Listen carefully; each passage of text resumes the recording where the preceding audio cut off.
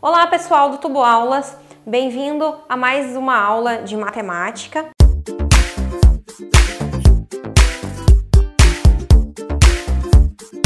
Hoje nós vamos falar de números inteiros. Então o que são os números inteiros? De onde eles surgiram, né? Então, como houve a expansão comercial, teve a necessidade de expressar lucro e prejuízo. Né? Devido a essa necessidade, criou-se os números positivos e negativos, que são os nossos números inteiros. Números positivos têm o sinal de mais na frente, os números negativos têm o sinal de menos na frente. Né? Então, esse conjunto é representado pela letra Z, como vocês podem ver aqui. Né? O conjunto, ele abrange números negativos, portanto, menos 3, menos 2, menos 1, né? E depois entrando nos que a gente já viu lá na primeira aula, que são os números naturais, na sequência 0, 1, 2, 3 e assim por diante. Temos reticências no início do conjunto e temos reticências no final do conjunto.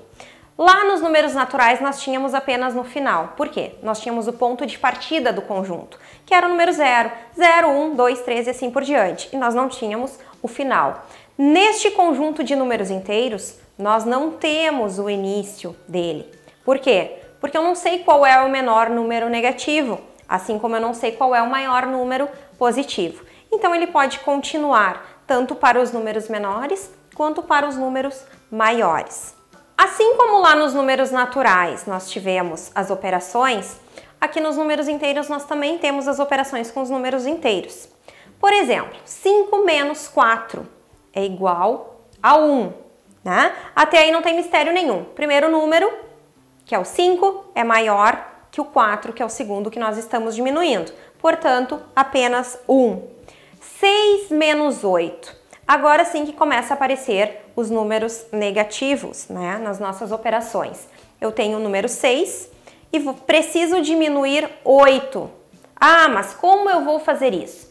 Se eu considerar sempre um cálculo como se eu estivesse falando de dinheiro, acaba sendo mais fácil.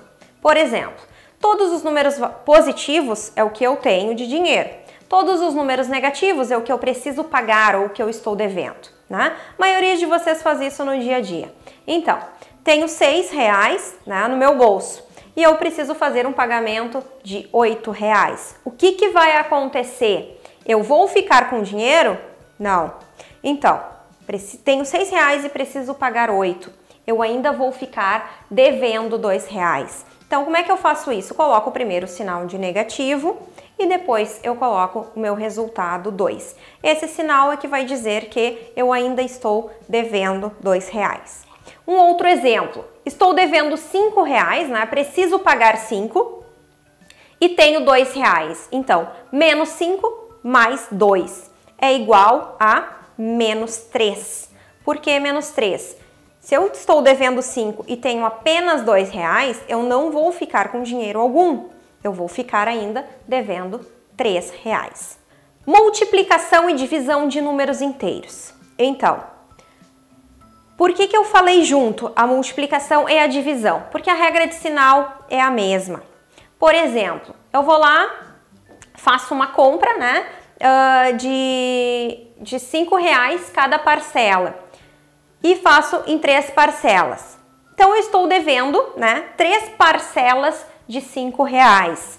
Seria a mesma coisa que 3 vezes 5 negativo. 3 vezes 5 é 15. Né? Se eu estou devendo aquele 5 e agora eu estou devendo 3 parcelas de 5, portanto eu estou devendo R$15. Então, meu sinal ali vai ser negativo. 3 vezes 5 negativo, 15 negativo. Um outro exemplo, menos 4 vezes 2. Agora o meu menos, o meu sinal negativo está no meu primeiro fator. 4 negativo vezes 2 vai ser igual a 8 negativo. Por que negativo? A mesma coisa. 2 vezes o 4 é 8. Negativo porque eu estou devendo aquele 4 ali. É como se eu estivesse devendo duas parcelas de R$4. Então, eu estou devendo um total de R$8. Agora, o primeiro valor negativo o segundo valor negativo. 2 negativo vezes 3 negativo, igual a 6. O meu resultado vai ser sempre positivo. Depois a explicação a demonstração dessa operação será postada em um outro vídeo, tá? Então, a princípio, 2 negativo vezes 3 negativo, 6. Multiplicação de números, 2 fatores negativos, o resultado vai ser sempre positivo. Então, como vocês podem ver a regra, primeiro número positivo, segundo número positivo, eu terei um resultado positivo. Isso nós já vimos lá nos números naturais. Depois, primeiro número positivo, segundo número negativo, o meu resultado será negativo. Primeiro número negativo, segundo número positivo, o meu resultado será negativo. Os dois números negativos, o meu resultado é positivo. Então, simplificando, sinais iguais, positivo. Sinais diferentes, negativo.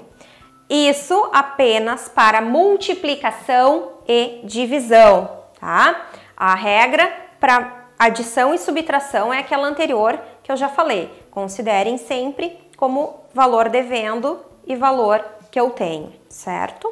Detalhe muito importante, muito importante. Às vezes tem confusão aí. O número 8 negativo, ele é menor ou é maior que o 3 negativo? Então, se eu estou devendo R$8, a minha dívida é maior ou menor do que eu estou devendo R$3, né? Então, se eu estou devendo R$8, a minha dívida é maior. Se a minha dívida é maior, eu ficarei com menos dinheiro do que se eu estiver devendo 3. Então, o 8 negativo, ele é um número menor que o 3 negativo. Se nós colocarmos esses números na nossa reta numérica, ela vai iniciar lá no 0, certo? Para a nossa direita, nós temos os números positivos. Para a nossa esquerda, nós temos os números negativos. Sempre iniciando do 0. Aumenta 1, 2, 3, 4, 5, 6 e assim por diante. Diminui 1 negativo, 2 negativo, 3 negativo. Então é como se os números aumentassem, né, do nosso meio aqui para a nossa esquerda. Mas não, estes números não aumentam, estes números diminuem. Quanto mais próximo de 0 o meu número está, maior ele é, tá? Então, o 8 negativo, ele está bem mais afastado do 0 do que o 3 negativo. Então, o meu 3 negativo é maior do que o meu 8 negativo, tá? Não posso olhar apenas para o número como sendo o 8 e sendo o 3. Eu tenho que analisar o sinal. 3 negativo e 8 negativo. Então, neste momento é isso, pessoal. Encerramos aqui a nossa aula sobre números inteiros, né? Siga no Twitter, siga no Instagram, curta lá no Facebook, principalmente inscreva-se no nosso canal aqui no YouTube. Muito obrigada, até a próxima aula.